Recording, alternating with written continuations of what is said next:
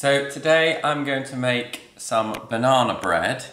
I've just come back from a trip to Australia where banana bread is really popular. They have it a lot for breakfast and generally is in all cafes, etc. And so I thought I'd try it.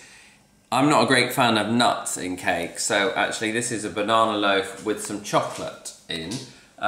You could substitute the chocolate for walnuts or similar, but I quite like it with some chocolate in as well. So it's banana bread with chocolate. The full recipe is on the blog at www.howtomakecakes.co.uk. So the ingredients we need are as follows. We need 150 grams of brown sugar. This is light brown muscovado sugar. You can use light or dark depending on which you prefer. Flour, we have 250 grams of plain flour plus 1 teaspoon of baking powder, half a teaspoon of cinnamon and 1/4 teaspoon of bicarbonate of soda. We have 2 eggs. Of course, our bananas. This is 3 bananas. What you want is some very, very ripe bananas. The riper the better. You want the ones that have gone really black. Otherwise they're too hard and they don't go into the mixture very well. And then, as I said, I'm adding some chocolate. So this is 100 grams of plain chocolate. And then going to have a teaspoon of vanilla essence. And this is 100 grams of butter, which I've just melted in the microwave. So 100 grams of melted butter. So the tin you need this is I think 22 centimeters by 12 centimeters. And as you can see, I've lined it with non-stick paper that just goes higher up the sides because it will rise a bit up. So it's fairly easy to make. The first thing we're going to do is in one bowl we're going to put all of the flour, the baking powder, the cinnamon and the bicarbonate of soda through the sieve. So just put all of that in and we will sieve it through.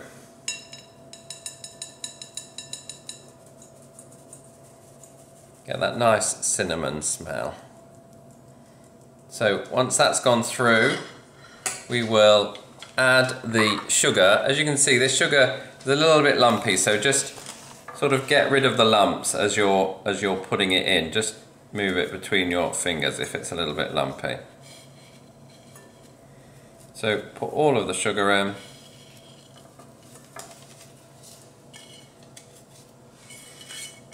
And we'll just stir that together.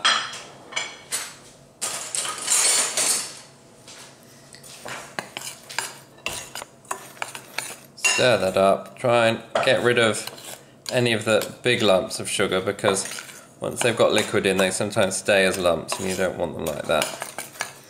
So that's the first thing, and then we're going to add some liquid to that shortly. So the next thing to do is, first of all, with the bananas, we need to mash up the bananas, either just using a fork or I've actually got a potato masher. So mash them up. It is important that you don't have sort of big whole bits of banana because they'll just sink to the bottom of the cake. You need it mashed up.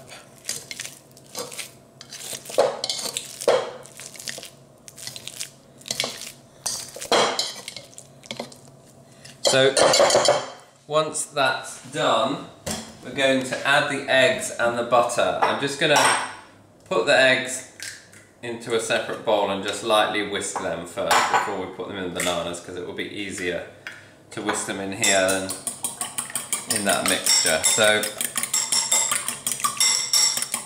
lightly whisk them up,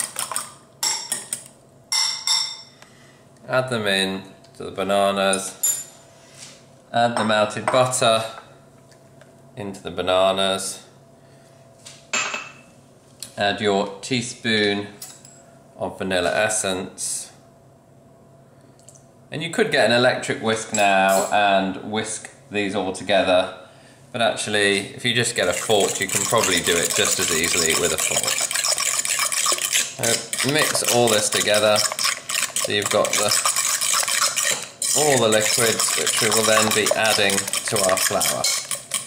So once that's all mixed together, we just need to fold this into the dry ingredients. So just have a bit of a well in the middle, pour all of the liquid in. So you still got some little lumps of banana. You don't want it to be completely liquid, but you don't want massive pieces. And then just fold this all in. Once it's sort of mainly folded but not completely, add in the chunks of chocolate. As you can see with the chocolate, I've left reasonable sized chunks, a mix of fine and chunks, because again, I think with chocolate it's nice. You want to know the chocolate's in there and get some of it when you take a bite. So keep folding everything together and fold in the chocolate as well. It's a thick batter, that's the way it's meant to be. So once you've mixed everything together, that's it. It's ready to go in your tin, which has been greased and lined. So now it's ready to spoon into the tin. So you just have to be careful because you've got the lining that you don't pour some on the lining, so it's probably easier to just spoon it in.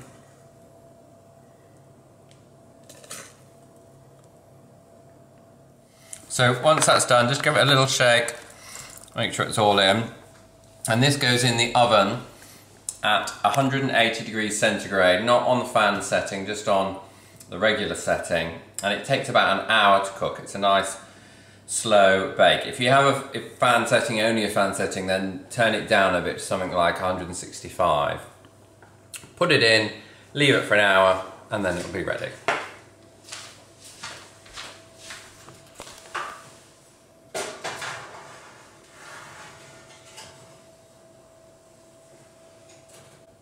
So I kept an eye on the cake, checked it about 45 minutes, and it still wasn't quite ready. It's been actually exactly an hour now, and I think it is just about cooked. You can see it's just starting to go nice and brown on top. I'm just going to put a skewer in and check that that comes out clean, which it does. So I think that's ready. What we'll do is take it out, we'll just leave it in the tin for 10 minutes to cool down, and then we'll put it out onto a wire rack. But that looks to have come out nicely. So once it's cooled down a bit, it's ready to come out of the tin. It's probably quite loose, so probably will come out fairly easily. Take it out, and then just take all of the greaseproof paper off. It should come off nice and easily. And there you have your banana loaf with chocolate. Don't forget, the full recipe is on the blog at www.howtomakecakes.co.uk.